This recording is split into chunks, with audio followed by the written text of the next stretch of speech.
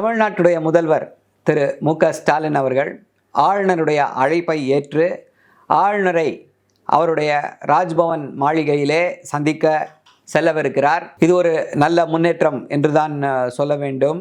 உச்சநீதிமன்றத்தில் ஆளுநருடைய செயல்பாடுகள் சரியல்ல, தமிழ்நாட்டுடைய ஆளுநருடைய செயல்பாடுகள் அரசியல் சட்டத்திற்கு எதிரானதாக இருக்கிறது, மக்களால் தேர்ந்தெடுக்கப்பட்ட அரசு இங்கு இருக்கும் பொழுது அதை முடக்கும் விதமாக, அந்த அரசுடைய சட்டங்களை முடக்கும் விதமாக ஆளுநர் எவற்றிற்குமே ஒப்புதல் அளிக்காமல் காலம் தாழ்த்துகிறார் என்று உச்சநீதிமன்றத்திலே வழக்கு தாக்கல் செய்யப்பட்டது தமிழ்நாடு அரசின் சார்பாக. அதை விசாரித்த தலைமை நீதியரசர் இட் இஸ் ஷாக்கிங் என்று சொல்லியிருந்தார். It is a matter of serious concern என்று சொல்லியிருந்தார். அதன் பிறகு இதே போன்ற கேரளா கவர்னர் மீதும் பஞ்சாப் கவர்னர் மீதும் இருக்கக்கூடிய அந்த வழக்குகளில் தீர்ப்பு சொன்ன உச்சநீதிமன்றம் ஆளுநருக்கு மக்களால் தேர்ந்தெடுக்கப்பட்ட அரசு நிறைவேற்றி கொடுக்கக்கூடிய சட்டங்களிலே கையெழுத்திடுவதை தவிர வேறு எந்த வழியும் இல்லை என்பதை தெளிவாக சொல்லியிருந்தது. இதேதான் எல்லாருக்குமே என்று சொல்லிவிட்டார்கள். தமிழ்நாடு அரசை பொறுத்தவரை ஏற்கனவே தீர்ப்புகள் இருக்கிறது. ஆளுநர் ஏன்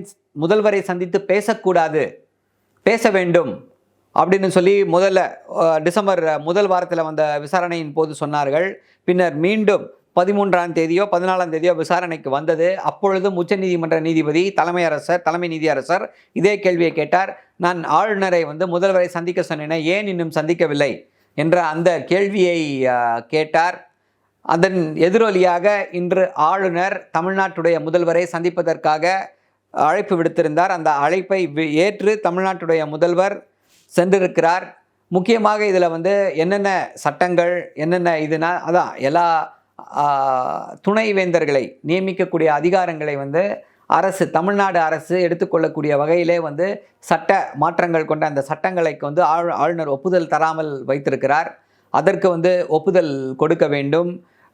சிறை கைதிகளை விடுதலை செய்வது குறித்தான அந்த கோப்புகளிலே அவர் கையெழுத்து போட வேண்டும் போன்ற இந்த கோரிக்கைகள் எல்லாமே இருக்கிறது. மீண்டும் மீண்டும் நாம் வலியுறுத்தி சொல்வது என்ன அப்படின்னா, திமுக அரசிற்கும் தமிழ்நாட்டுடைய முதல்வருக்கும் தமிழ்நாட்டு மக்களுடைய அந்த நலன்தான் முக்கியம். இதை தாண்டி வேற எதுவுமே ஒரு முக்கியமான விஷயமாக பார்த்தது கிடையாது. இதற்கு முன்னாலும் கூட கடந்த ஜனவரி மாதம் ஆளுநர் அழைப்பு விடுத்திருந்தார்.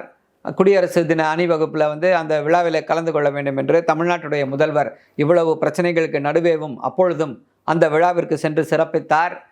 ஆளுநர் தான் அதை ரெசிப்ரோகேட் பண்ணலை என்று தான் சொல்ல வேண்டும். ஆனால் இப்பொழுதும் மீண்டும் இந்த பிரச்சனைகளுக்கு எல்லாமே ஒரு முற்றுப்புள்ளி காண வேண்டும் என்ற அந்த நோக்கிலே இந்த அழைப்பை ஏற்று தமிழ்நாடுடைய முதல்வர் சென்றிருக்கிறார். இதில் ஒரு சுமூகமான ஒரு உறவு நீடித்து ஆளுநர் உடனடியாக நாளையே எல்லா கோப்புகளிலுமே கையெழுத்து போட்டு தமிழ்நாட்டு மக்களுக்கு புத்தாண்டு பரிசாக இந்த கோப்புகளிலே கையெழுத்திடுவார் என்று நம்புவோமாக. நல்லதே நடக்கும். நன்றி, வணக்கம்.